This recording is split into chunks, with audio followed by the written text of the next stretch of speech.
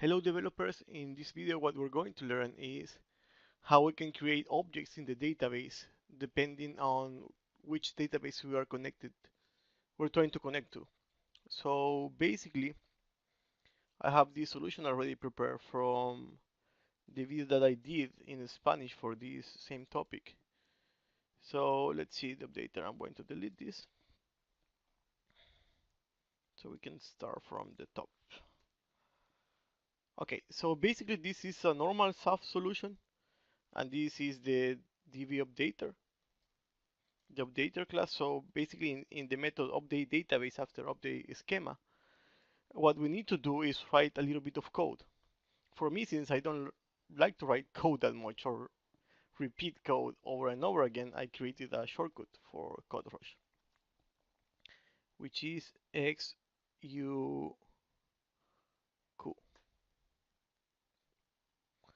So in here, what the snippet created is first a dictionary of custom queries. The dictionary will have a type on the as the key and an action that receives a session as the value.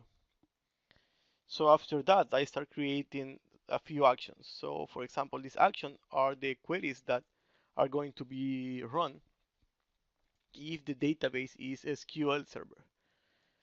So in here, I can create all the views, triggers, and whatever I want to do in the database that SAF don't allow me to create. I mean, doesn't have anything, any tool to do it. For example, SAF doesn't have any tool to create views. So in here you can specify that, the views that you want to create. The same, I have create an action for Postgres. And also in here you can do the code that will run on Postgres if Postgres is the database that we're connecting to. And access. Oh, and here we have Oracle. The same goes for both of them. After that, I add those queries that I created. I mean, add these actions to the dictionary. So first I add in the type that I set is the type of the connection provider, XPO connection provider. So the first type will be Microsoft SQL Server Connection Provider. And in that I pass as the key, and then as the value I pass the action that I created in here. The same goes for each database. So Postgres, Postgres queries, Access, Access queries, Oracle, Oracle queries. After that, what I do is I cast the object space of the updater to XP object space. Then from that object space, I can get the session and then the data layer. And the data layer, I cast it as a simple data layer. So this will be a simple data layer. After that, with that, I try to cast it to data store pool. In top of these connection providers, SAF or XPO create another one, which is the data store pool. It used to be that this was the one connection provider that you use directly. But then since they enhanced the use of connection pools, they created one more provider in top of all the other providers. So in this case, I try to cast this as a data store pool. Sometimes you will get one of these. Sometimes you will get one of these, depending on your database. Sorry, depending on your SAF version. So to handle both cases, I try to cast it, and if the cast goes well, I mean, if I'm able to cast it to data store pool, it means that from the data store pool, I need to get the read provider, and the read provider will return me the database provider that we're using. In this case, any of these. If not, it means that it's not a data store pool. So the type of the provider will be just the connection provider type.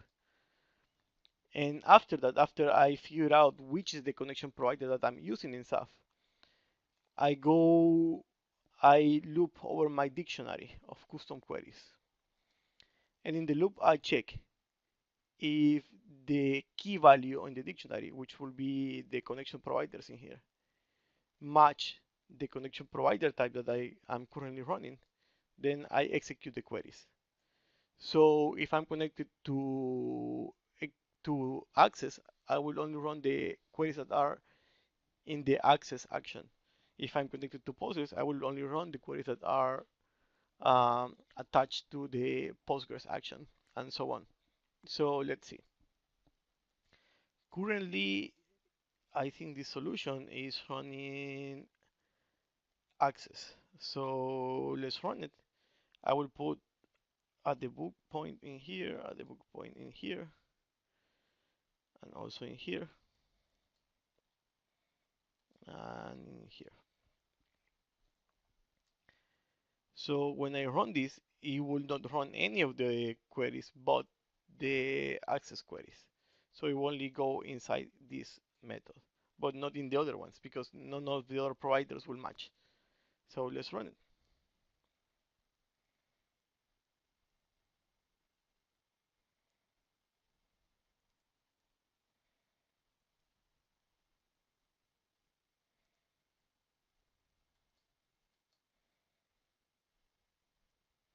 See, it entered on the access queries and then it finished. So all the other queries were ignored because the provider didn't match. So let's change this. I'm going to change this to use SQL Server, which for me is really funny because people in English say SQL Server, but it's somehow the wrong pronunciation. So in here, we're going to do this, and we're going to connect to SQL Server. In this case, it will stop in the SQL um, action, so in SQL queries, Microsoft SQL Server queries. So let's see. Sometimes it doesn't do it because it's still reading the old connection string, so you need to make sure that you compile and so on. So here it stopped on the Microsoft SQL Server queries, and it will ignore all the other ones, and boom. So that's pretty much everything that I wanted to show you in this video. So with this code snippet, you can create your views or store procedures or functions that you want to create on the database, and you will maintain everything in the database updater. You don't have to create the database with updater and then go with a separate script and do it. SAP will create everything for you. The database and your personalized objects like views, store procedures, and so on. So you will maintain only one code. And well, that's pretty much for this video. So if you have any question, you can write me here in YouTube or send me an email or send me a message on the Facebook page. Thanks for your time and see you in the next video.